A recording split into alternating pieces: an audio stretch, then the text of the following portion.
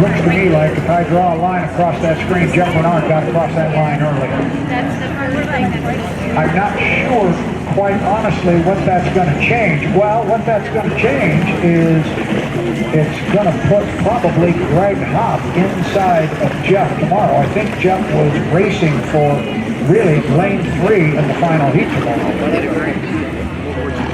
Great job there of re-racking the tape and letting us take a look at it. Not sure if our officials are still looking at the screen, and indeed they are.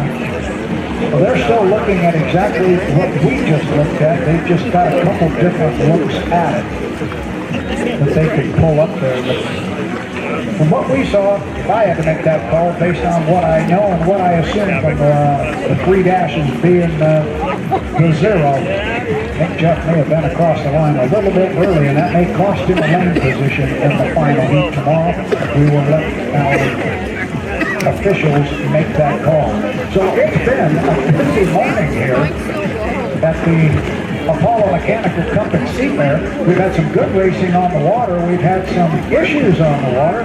Corey Peabody, he's had a rough time today. He was in our first heat, our Heat 1A for H1 Unlimited. He never made it out of the first turn. The boat sustained some pretty serious damage, and you're seeing what is going on here on the screen as we are looking at a PBY that's coming in and landing here on Lake Washington as the Airshow gets kicked off. What that means for us is we are going to step away and let the fans here on the shoreline turn their sights skyward and watch the Airshow. It'll give us to take time to take a break here. I'm being told that 3 boats got across the line in that last heat 3A for the Grand Prix America. If that is the case, it was Jeff Bernard being that 3rd boat as we saw it. That looks to be the way it's going to get called as well. But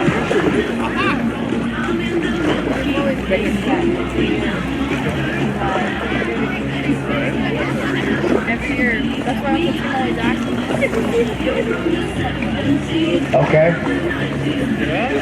So we are going to wait until we have it official. We do have an official that Jeff Bernard jumped the clock. Yep, I'm being nodded to by the referees that has occurred. Yep.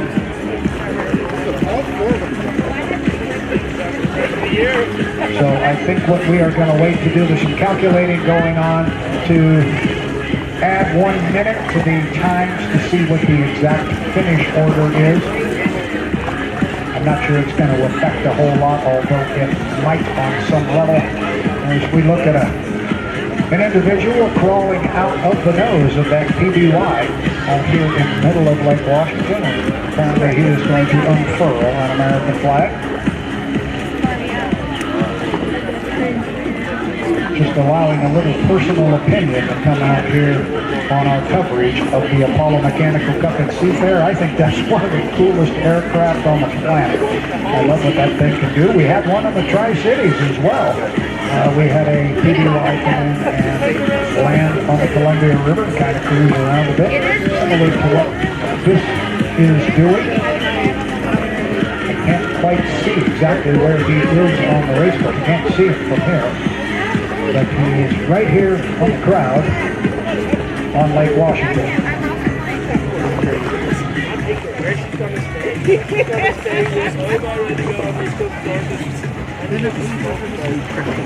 So what we are doing right now is we are aware of the boats that were legal and not legal at the start of Heat 3A. We knew we had the 2 gun jumpers right out of the box.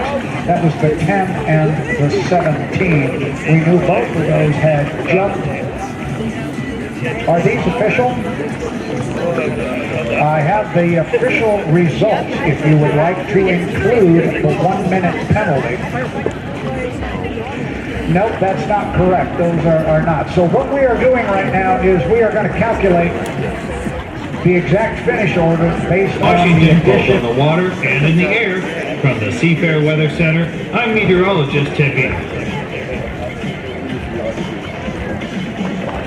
So once again, ladies and gentlemen, there's the official forecast. Ted said, yeah, he'll keep an eye on those clouds here. And of course, we're all concerned about some of the smoke we have still burning over there in Mason County there near Lake Cushman. Of course, that could have effect sometimes on the air show, but hey, we plan it this year, this time of year, all the time due to the fact that, a long time ago in the creation of Seafair, they kind of looked at the almanac and the chance of any rain or cloud cover, less than 5% usually during this time of year. Give you an idea of some of the sponsorships that we have going on right now here, ladies and gentlemen. Of course, Boeing has been a proud sponsor of Seafair from the start. Boeing has roughly 67,000 employees in Washington State, more than anywhere else in the world. Thank you to Boeing for bringing us today's air show. And also, we thank Apollo Mechanical Contractors, proud to be a sponsor of Seafair. They believe in supporting events that enhance the lives of our community. Help build people who build great things. Check out apollomech.com to learn more. And yes, another great sponsor for years, Alaska Airlines. Proud to be Seattle's hometown airline, and with new flights to Tokyo, upcoming service to Seoul and Rome, and at least 9 more global routes out of Seattle by 2030. There's never been a better time to be an Alaska Airlines guest. We are thrilled to bring our carrying service for more than 100 nonstop Seattle routes to this year's parade route.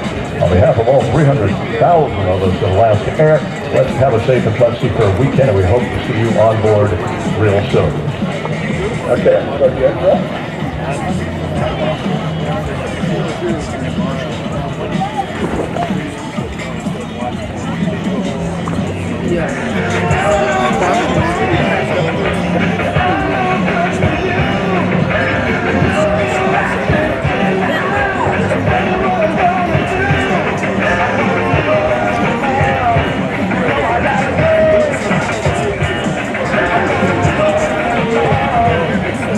Ladies and gentlemen, we're just waiting for the thumbs up here for everybody involved here to make the air show happen here over Lake Washington. It's not your typical air show. Think about it. Most of the time we go to an airfield out in the country somewhere or just a nice airport that has a secluded area.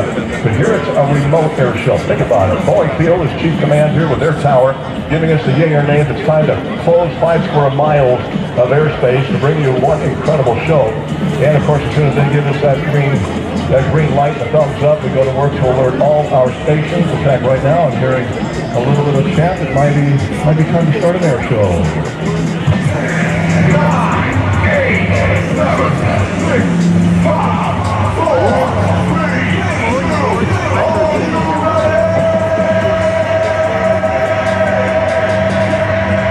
172, switching good day on board 2025 Seafair Airshow. Airshow director, go, no, go. Go. Airshow. Go. FAA. Boeing Field. 5 square mile airspace restriction in space. Seattle. Function Pro. Incident Commander. Law enforcement. That was that last one, where it go? UAS operator. Tom Burns. Financial liaison. Thank you.